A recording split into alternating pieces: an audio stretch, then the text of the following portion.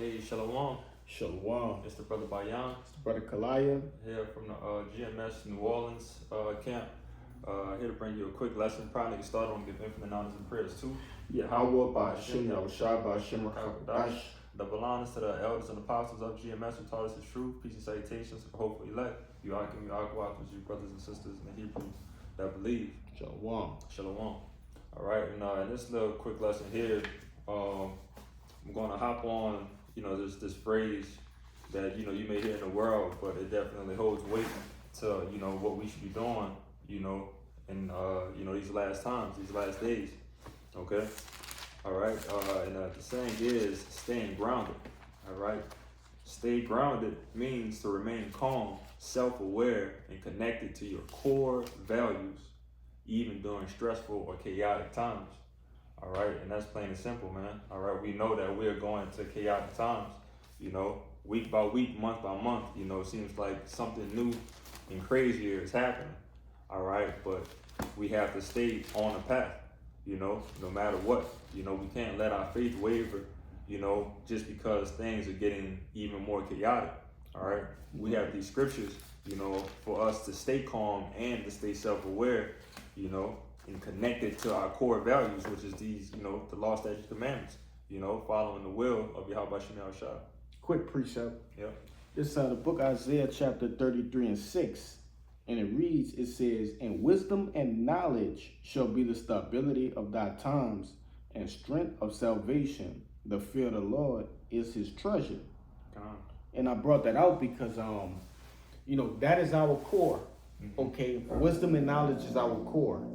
When you sit down and you break down all of the things, and I'm talking about you brothers who are in the know, and who actually live this thing, day in and day out, commute with the body, right? You're inside of these different chats. Okay, so when you think about the things that we see on a daily basis, as far as news, the only thing that differentiates us from us in the world is what? The knowledge, wisdom, and understanding. Okay? You see these different headlines coming back to back to back to back to back, and they're coming on different angles, right? Political, at home, right? A lot of this shit happens close to home. Right. But then you have shit that come, across the world, things that fit Bible prophecy perfectly, right? It's almost as if you're reading a script out the scriptures when you read some of these headlines, and the only thing that's keeping us stable is what? Knowledge, wisdom, and understanding. You see? Yeah. But you got it out. Some more, it says it involves being present in the moment and not letting external events or eternal worries control your emotions. All right, because you could be bugged out here, man. With this information about the world war and the CHIP being implemented, and your head possibly getting knocked off, your head being on a chopping block, your family members going against you, all of these things that is said to happen in the scriptures, that could bug people out, man. All right, and seeing it unfold that's a whole nother thing. Right. All right, because we could talk about it and try to imagine it, but once everything in bloodshed is in front of you, to the fullest, that's when everything is really gonna have to kick in. Your faith and your trust is gonna have to be on an all-time level that it's never been on.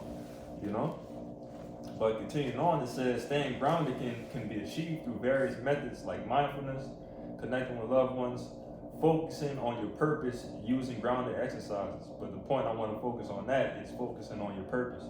All right, and what is our purpose? All right, it's to follow the law, statutes, commandments to the best of our ability, to be brotherly, and have that 144% faith into Yahweh Shem Yahushua. That's right. And that's plain and simple. All right, but Baba Kashai, can you kick me off with that Colossians 2 and 6? Yeah, it's the book of Colossians chapter 2 verse 6, and it reads, as ye have therefore received Hamashiach Yahushua the Lord, so walk ye in him, rooted and built up in him, and established in the faith as ye have been taught, abounding therein with thanksgiving. You can stop right there. It says rooted and built up in him, and we're going to get it after. Oh, perfect. Rooted and built up in him, and established in the faith as ye have been taught. All right, this short time that that we've been in the truth and having an understanding, man. This is still a lot of ground that we've been covering. All right, which the elders and apostles, that's what they expect us to do.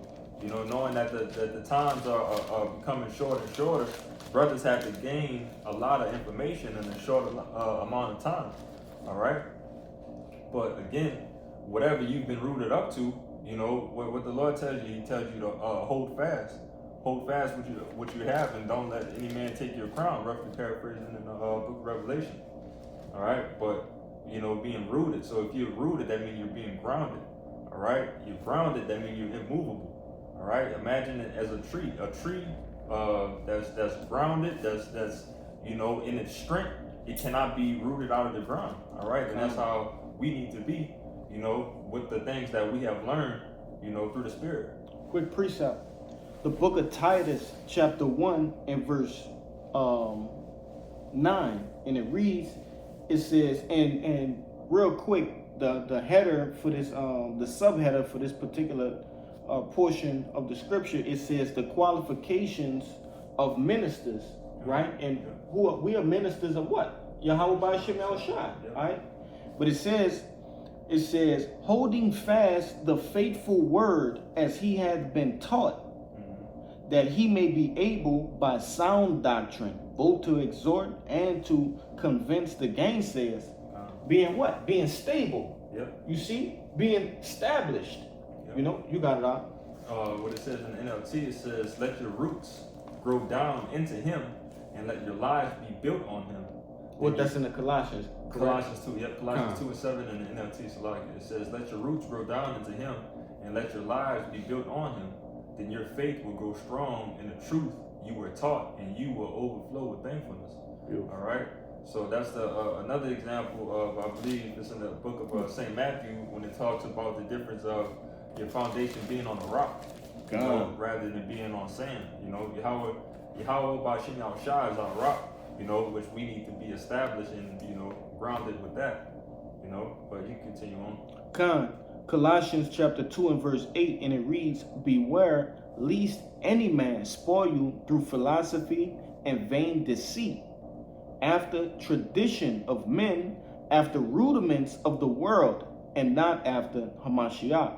And that boat is, it can go on many different levels of the wicked doctrines that niggas is just pushing out here, man. All right, and it's pushed by obviously these elites into these what you call them lesser illuminaries, these so-called celebrities and stuff that you may see all over the social media, all over the TVs and stuff, man. The thing that they're pushing, the one thing I've constantly been running through is that goddamn NLE Chopper and Kirk Franklin bullshit that they just woke and speaking bullshit and madness. And real quick, I know this don't have nothing to do with what we talking about. Mm-hmm. Well, it actually does. Being steadfast and being rooted in what we understand and what we know. All right, being steadfast in the things that we have been taught. Mm-hmm. I recently ran across that. I haven't seen a brother post a video on it, but it could be done. It was damn sure on my mind to go after it. Real quick, just to speak on what he said, he basically wanted to worship the Father rather than the Son. Right. And he tried to make sense of that. And it's almost like what you're saying does make sense, but it's not making sense according to biblical prophecy. Right. You get what I'm saying? And that's how Jake gets caught up within these different like it says, vain deceits through the philosophies and traditions of men. Mm-hmm. That's how Jake get caught up, because Jake could sit there and ponder and then forget what the scripture said. Right. The scripture's telling you that no man can enter into the Father lest it be of the Son. Yahweh Shai got to let you through. You got it. And then Jake pretty much is mangled the scripture talking right. about that that we're supposed to obey our mothers and our fathers and so on and so forth. So that's the reason why we should look over Yahweh Shai. So when he said that particular, and I wish we had a clip, but you know that's for another time.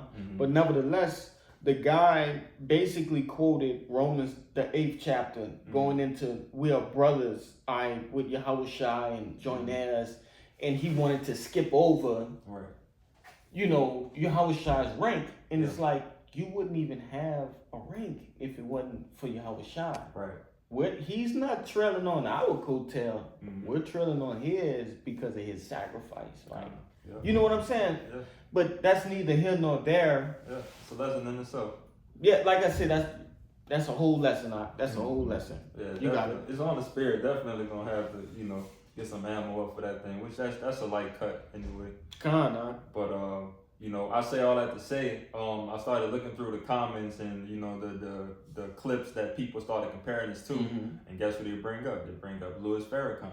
Wow. So now they bringing that up, and then the Muslims, and, you know, you read through the comments and you got the celebrity Muslims, right, you know, going through that saying, oh, he's right, you know, alhamdulillah, and all that shit, you know, and that's just complete confusion, vain deceit, all right? That's right. Because again, somebody who would not be in the knowing of these things to see all these celebrities and this NLE chopper dude, he was once this nigga and now he's woke and, you know, he's this and that and third and he has the understanding, and it's like that's not the case, man. All right, the teachings of this comes through well learned men, you know, right? Our elders and apostles that put in the groundwork, you know, to have these things, you know, ultimately given down by the Holy Spirit from Yahweh Bashim Yahushua, you know.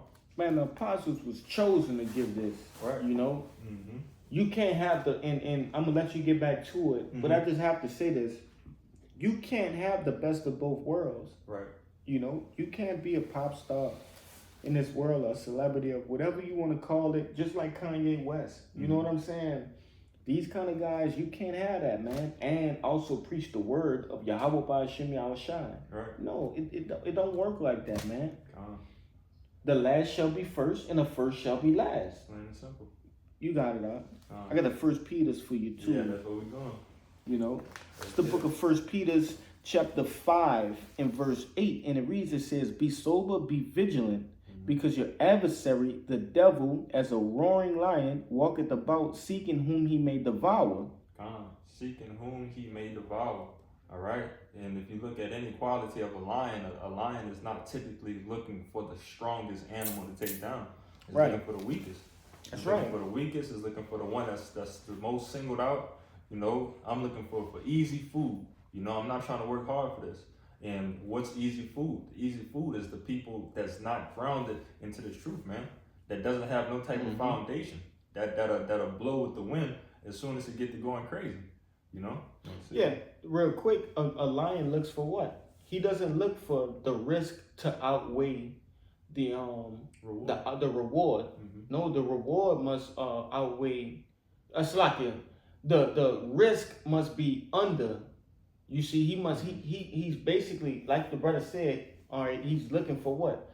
The easiest prey. You see, Shaitan already have 2/3 already, man. Yeah. You know? Yeah. Shaitan know what it is when he's coming against, you know, a man of the Lord. It's gonna be a fight to the death. Yeah. You know? That's why he try to wear the men of the Lord down. You know? Yeah. You can't just come straight on and head on. But you got it out. Slacking. Yeah. Just rambling. Slacking. But it says again, 1 Peter 5:8, be sober, be vigilant, because your adversary, the devil. All right? You know, spiritual demon Satan, through the use of this goddamn devil Esau Edom. You know, or however which way that you know, Satan is using whatever vessel he wants to, you know, get wickedness out on you, you know, to devour you at the end of the day. Okay? But again, it says be sober, be vigilant. You have to be established. Your thoughts have to be established, pretty much, you know, to know what the hell is going on, you know, so you don't get caught lacking. You got to have that eye salve. Right. Because if you don't know what you're looking for, how will you know what's coming? Right. You got it out. Yeah, that's beautiful. You know, if you don't know that you have an enemy, Jake, if you don't know that somebody is seeking to sift you, that's right, you know, out of the thing that you know, you know, you would think that everything is all fine and dandy. All right, but no, the more that you increase with this knowledge, wisdom, knowledge, and understanding, man, the bigger target that you are to get tossed away, you know, to be separated away from the pack, to be taken out, you know. But 1 Corinthians 15. yep. 15 and what is that? 38? It's the last 58. Mm-hmm. Okay, Shalakia. It's on the book of 1 Corinthians chapter 15 and 58, and it reads, "Therefore, my beloved brethren, be ye steadfast, unmovable, always abounding in the work of the Lord, for as much as ye know that ye labor is not in Shalakia, that your labor is not in vain in the Lord." You know, the point is, you know, therefore, my beloved brethren, be ye steadfast, unmovable. All right, we got to be unmovable with these things, man. You got to understand what we have is the golden ticket of golden tickets. You know, that's right. The opportunity of a lifetime, a chance that'll never come about again. You know, as we are sitting here breathing. You know, and you gotta be able to, you know, have that faith into Yahweh Shem Shai of knowing that nothing could take you away from this thing. Like Apostle Paul was going into, I forget the exact scripture, but he was going about not principalities. Ephesians. I believe. Basically, he went through a list of, you know, this is not going to separate me from the love of Yahweh Shem Shai. I think that's Romans. That's in the book of Romans.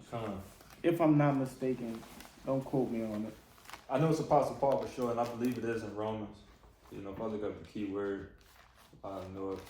But Salaki, you know, not knowing the precept off the top. But we human, brother. Jake be thinking we got to learn the whole Bible and know it, and it's like, bro, we human. Yeah, it comes with time, definitely. You know, and that's a good point. You know, didn't even think about that, but that's another point of being grounded. You know, the things that we have learned, you know, in this short amount of time, man, brother, I can tell you, I'm far advanced in the scriptures than what I initially was coming in this thing.